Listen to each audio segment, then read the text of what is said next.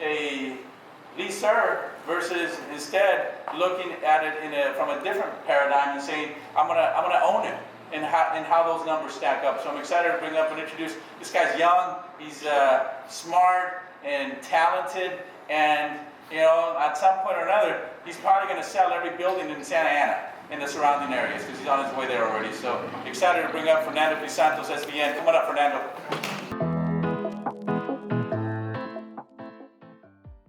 How's everybody doing? There we go. So my name's Fernando Crisantos. There you go. Go. I'm just a block away on 5th and Sycamore above the Esports Arena. This is my 3rd time speaking. Thanks for having me again. I'm surprised they let me come up here again. Man, I'm glad somebody's keeping track. I'm not. I'm just like, hey, I think it's time to kind of shift the conversation point and expand on. Look, the job is for all of us to know more. It's competitive out there. And I always think that the way that you can gain a slight competitive advantage that maybe gets you the deal or gets you the meeting is information and education. And if you're a little bit better informed than the next person, that might be the separation that you need to be able to close on the deal. Hey, thank you to everybody that came out today. Since I've been coming here, I've gotten 3 deals out of it. One with you in Guadalupe. We just listed a property at 1614 West Edinger. Has a commercial component with residential in it. Thanks Guadalupe, thanks Felix. And also I helped Soraya buy her State Farm office off of Broadway in Santa Ana. Within a week of contacting, we just opened up escrow. Real estate agents do we have here today?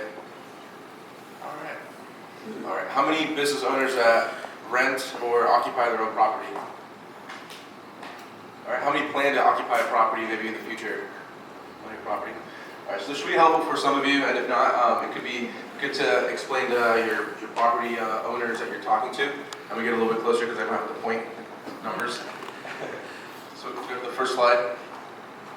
So for example, let's say we're looking at a 10,000 square foot building. On average, industrial or office probably goes for $1.50 to $1.20 a square foot. And we're going to assume it's a gross lease, so assume it's not a triple net lease, there's no CAM charges, you're not paying for utilities, it's just $1.20 all in. Versus the same building being available 10,000 square feet for $2.4 million. And that's $240 a square foot, which is a little high, but even then, being a little bit high, you'll see that it might make sense to lease or it might make sense to sell. How many of you guys think it might be better to lease a building? So most of you think it's probably better to buy a building. And that may be true, depending where you are in your business. If you are still growing in your business, it might be better to put that money into your business itself and marketing and expand that way. But if you have already established a client base, have been growing for a few years, and aren't really investing that much in marketing or already have that financing covered, it might make sense to buy a building. So go to the next slide. Okay, so we had some technical difficulties with the transfer but basically it was a little description of the gross leases. Last time we spoke, we talked about the different kinds of leases, and basically a gross lease is just a full service lease. It doesn't include utilities or anything. It's basically what you get charged is what you pay. So it's just a little description. Alright, I was afraid that was going to turn out blue. Okay, so on this side we have buying and leasing, and again, it looked nice when I made it. So we have a purchase price of $2.4 million with a 10% down payment with an SBA loan. How many SBA lenders do we have today? Alright, we got one. Let me ask, is that 10%, is that typical on commercial? For SBA, typical.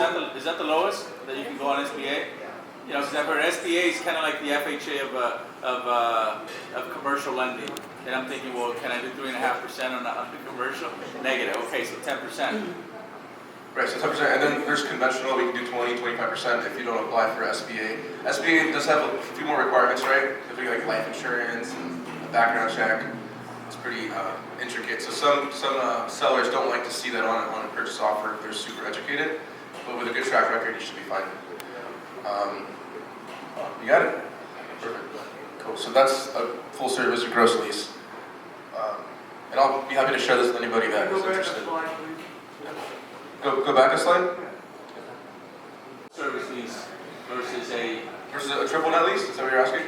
Yeah. So a triple net, typically the 3 N's is net, net, net, and that includes property taxes, insurance, and other maintenance that gets passed on to the tenant a lot of the time. So the owner pays nothing out of pocket, collects a base rent plus the triple net rent to cover all his expenses. So in essence, the tenant pays for the owner owning the property. How common? It's not fair. How common? Yeah, that doesn't seem like a good. I mean, well, circumstances, right? How common is one versus the other? Which one is the more common lease in your experience? It's just different product types. So triple net leases are typically like McDonald's, Starbucks, where the tenant's actually taking care of the maintenance of the property. And there's actually an entire group, Matthews Real Estate Group, that only sell triple net leases. And other brokerage do sell them too, but this is a different type of asset. Typically, with mom and pop, Santa Ana owners, you'll find a lot more gross leases. Got it. A building worth $2.4 million, purchase price and leasing is 0, 10% down payment, $240,000. I mean, the hard part is kind of collecting that to put on a down payment. Your loan amount is 2.16, amortized over 25 years. Typically, it's amortized over 30 years, but just to give an example that even with a shorter amortization period, it's still beneficial to buy your building. And then an interest rate of 4%. I know that's just an example. Again, it does float, it goes up and down. And again, for leasing, you don't have any startup costs. That's kind of one of the benefits of leasing as well. So they're talking about the cash flow. Your mortgage payment on a loan of $2.16 million would be around $11,400. You do pay your property taxes every year, so it's about 1.2%. And this is, I believe, it's per month. This is per month here. Insurance $400 a month. So your gross monthly cost is $14,200, and for an annual gross of $170,000. Now on the lease side, you're just paying your $12,000 a month, which is $120 a square foot. No property taxes, no insurance, assuming you don't pay any triple nets again. It's just the full gross lease. So you're at $144,000 a month a year that you pay in rent. Next slide. It's not a big difference. It's not a big difference. It's not super huge. The benefit of buying, of course, is that you're building equity as you're paying off your mortgage, which is we're going to see this going forward here. So annually, your interest that you pay on the loan, $85,000. You have no lease payment, of course. Annual taxes and insurance, $33,000. And the big ticker here is depreciation, which is basically the tax benefits that you can write off every year of owning the property, and it's depreciation that you can do in commercial for 39.5 years. I think in residential it's 27 years, using the MACR's accelerated depreciation method. So at a tax bracket of 30%, 10% state, after you kind of add these up, these are your tax deductions that you get to write off every year, because you can write off your interest and everything. And for a lease, you can write off your lease payment as well. So again, $140,000 is your tax deductions, that's what you paid. And you really only save $10,000 in tax savings, which is a nice portion. So again, the annual cost of operating with your taxes and everything, your tax savings, minus your loan reduction, which is the principal that was applied on your mortgage, plus the, so this is your net annual cost, net monthly cost. So every month it costs you $4,333 versus on a lease, you're just paying $144, you have your tax savings, which you can, and you have no principal, all that money just goes away. And then your annual cost is $86,000, net monthly cost, you're paying $7,200 to lease. So with the tax benefits, you do see a huge tax savings. Effectively, you'd be paying 43 cents a square foot, because at the end of the period of when you finish using the building, you can just sell the building and collect all that back. And effective monthly cost to lease would be 72 cents instead of $1.20 a square foot. So just kind of easy breakdown. The advantages of buying, of course, holding it for 5 years would cost you $172,000. Loan reduction at the end of the 5th year, plus appreciation of 3% per CPI, the Consumer Price Index, where you think everything rises by 3%. If you add this up, your total equity at the end of year 5 is $760,000 about. And your return on equity for a lease is 0. So your return on investment is 316% if you were to buy it. They're starting their business and they would rather put the money into marketing and advertising. You know, if you were to buy a building, it would definitely dry up that kind of financing to be able to do that. So not everybody's able to do it. It's definitely a smart thing to do because if you don't have a 401k like a lot of agents don't, I don't have a 401k, buying properties is really the only way to secure a 401k because it floats the market just like with a 401k. So it's the safest thing you can do. Even if your business doesn't thrive and Amazon comes and takes it out, at least you have a building. At least you have a building that you can sell it at hopefully for street value. So with that number, 759, who does it, correct? 759, right, this is including the, so it's not including capital gains paying? Well, no, I'm just Right. saying, now I've got an depreciation of 5 years. Right. Is that depreciation been forced into that figure or is it without that? That's without that figure, because that's when I come in for a second time, and I'm like, hey, have you heard about the 1031 exchange? And then we do a second transaction where now you buy twice the size of a building and avoid that depreciation. Put your property in a trust, pass it on to your kids until we pass away. Fortunately, it's the last free meal we don't get to eat.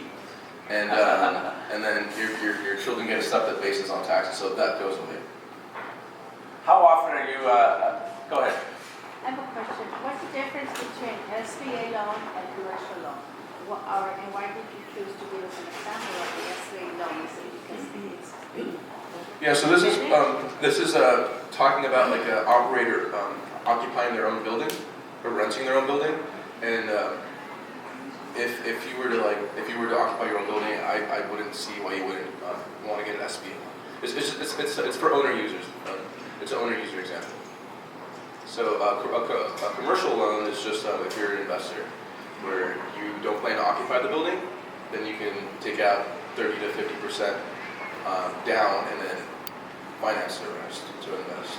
And I think that's a good question, and that's something that we can cover on future is, you know, within the commercial real estate space, how does lending work and what determines or what you know, when should you be looking at an SBA or when can you qualify for an SBA versus another type of loan? I think the big thing with SBA, as far as I know, is that, like you said, you know, like kind of going back to my simple analogy on the residential side, FHA, you know, FHA is owner occupied only, right? SBA, same thing, kind of, Exactly. It's got to be owner occupied operated. Right, and there's amazing things you can do as well. So with an SBA, you only have to occupy 51% of it.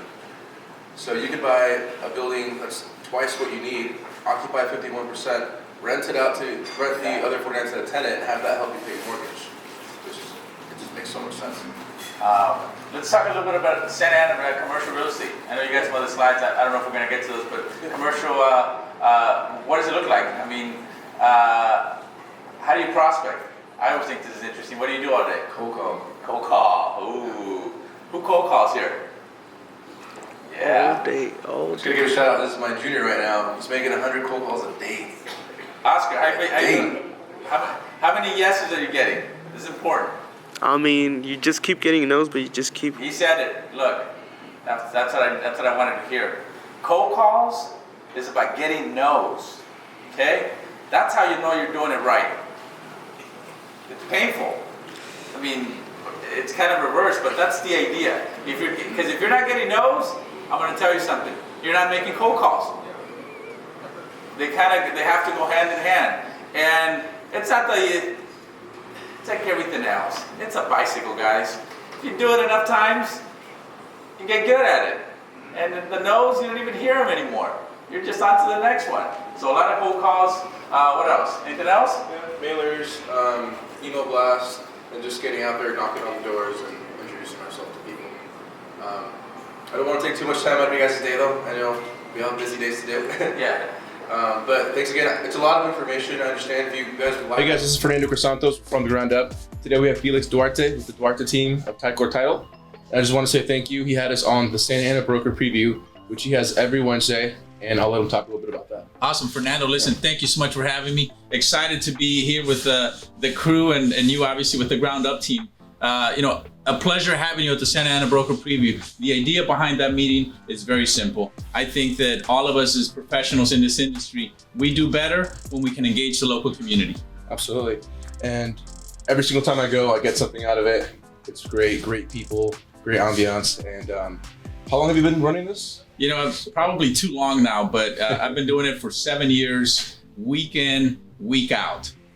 7 years. 7 years, yeah, it's a long time. Nice. And how long have you been doing title? Yeah, I'm going into my 18th year of running around in this business and doing title insurance. But really, the business isn't title insurance. The business is relationships and connectivity, and that's what I like to focus on. Okay. And you do commercial and residential, both of the gamuts? We do the spectrum. Okay. If real estate is involved, we can do it. We do the small residential deals to the mega commercial deals. Very cool. So how can someone get a hold of you? Very simply, you can call me. That's probably the best way. I'm an old school kind of guy, 714-392-1400, or you can find me at the link below. All right. I like that. All right, guys. Thanks for watching. Thanks, guys. See you at the next one.